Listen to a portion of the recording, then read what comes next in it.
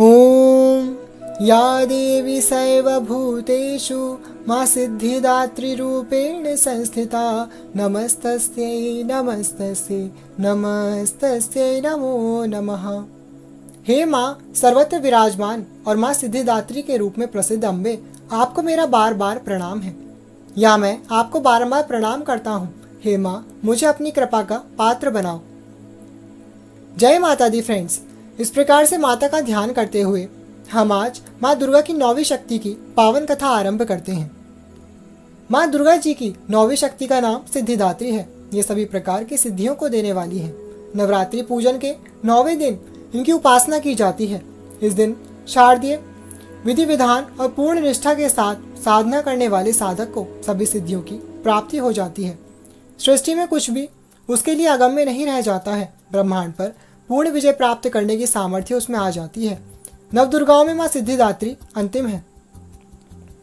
माँ सिद्धिदात्री 4 भुजाओं वाली है। इनका वाहन सिंह है। ये कमल पुष्प पर भी आसीन होती हैं। इनकी दाहिनी तरफ के नीचे वाले हाथ में कमल पुष्प है। मार्कंडेय पुराण के अनुसार 8 सिद्धियां अणिमा, महिमा, गरिमा, लघिमा, प्राप्ति, प्राकाम्य, ईशित्व और वशित्व। ब्रह्मवैवर्त पुराण के श्री कृष्ण जन्म खंड में यह संख्या 18 बताई गई है।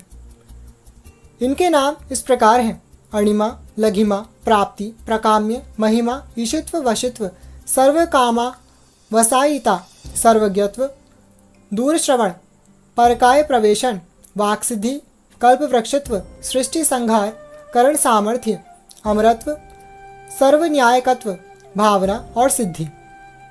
माँ सिद्धिदात्री भक्तों और साधकों को ये सभी सिद्धियां प्रदान करने में समर्थ हैं।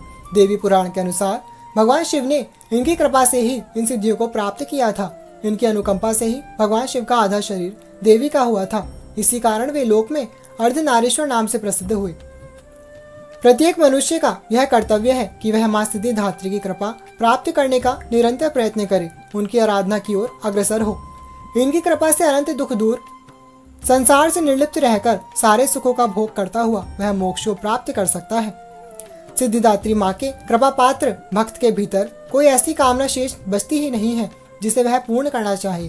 वह सभी सांसारिक इच्छाओं, आवश्यकताओं और स्पृहाओं से ऊपर उठकर मानसिक रूप से माँ भगवती के दिव्य लोकों में विचरण करता हुआ उनके कृपा रस पीयूष का निरंतर पान करता हुआ विषय भोग शून्य हो जाता है। माँ भगवती का परम सानिध्य ही उसका सर्वस्व हो जाता है। इस परम पद को पाने के बाद उसे अन्य किसी भी वस्तु की आवश्यकता नहीं रह जाती। माँ के चरणों का यह सानिध्य प्राप्त करने के लिए हमें निरंतर नियमनिष्ठ रहकर उनकी उपासना करनी चाहिए। माँ भगवती का स्मरण, ध्यान, पूजन हमें इस संसार की असारता का बोध कराते हुए वास्तविक परम शांतिदायक अमृत पद की ओर ले जाने वाला है। आज के युग में इतना कठिन तप जो कोई भी करता है वह माँ की कृपा का पात्र बनता ही है।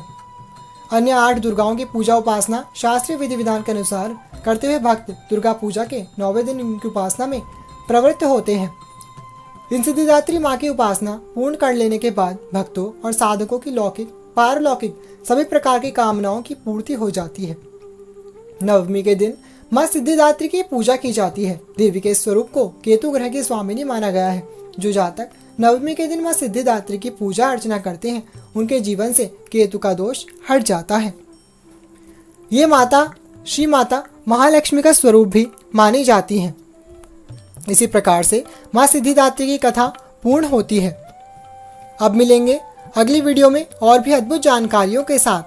तब तक के लिए हमसे जुड़े रहने के लिए, माता रानी के इस प्यारे से परिवार का हिस्सा बनने के लिए चैनल को जरूर सब्सक्राइब करें और बेल आइकन को भी प्रेस कर दीजिए ताकि हमारे आने वाले वीडियोस का नोटिफिकेशन सबसे पहले आपको मिले। वीडियो को लाइक किए बिना बिल्कुल भी मत जाइएगा। Thank you all, love you all, जय माता दी।